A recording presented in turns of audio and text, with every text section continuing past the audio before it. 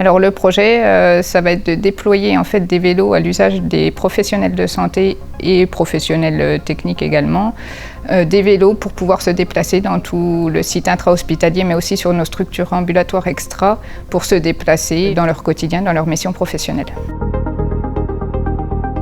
La première grande étape, ça va être de pouvoir être accompagné pour faire justement le diagnostic du besoin sur l'ensemble des structures et de pouvoir aussi impliquer nos professionnels dans la mise en service du projet.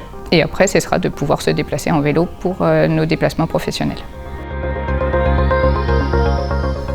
Cet appel à projet a été utile pour justement lancer la dynamique et répondre également à un projet Grand Est régional du déploiement du vélo. Donc ce n'est pas que pour l'établissement.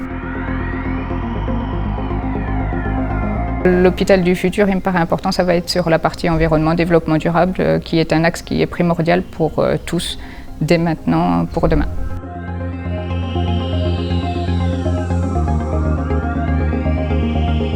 Alors nous avons un projet de prédésinfection des déchets de soins à risque infectieux. C'est un projet qui est porté collectivement par plusieurs services, notamment l'achat, la logistique, mais également le service qualité qui va nous accompagner dans cette démarche, ainsi que les producteurs de soins que sont les soignants, qu'ils soient paramédicaux ou médicaux.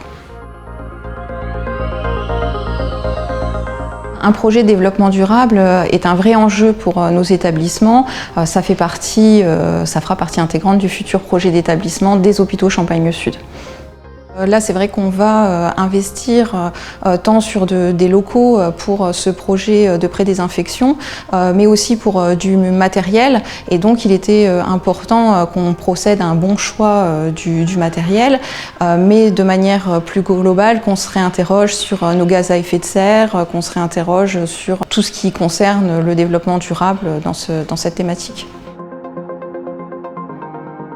Eh bien, notre projet répond à des ambitions plus larges, que ce soit par exemple par rapport au tri, comment on effectue ce tri, par rapport à la valorisation des déchets, par exemple comment on valorise davantage le verre, le papier, mais également sur une réduction des gaz à effet de serre avec le traitement de nos déchets plus en local plutôt que de leur faire beaucoup de kilomètres.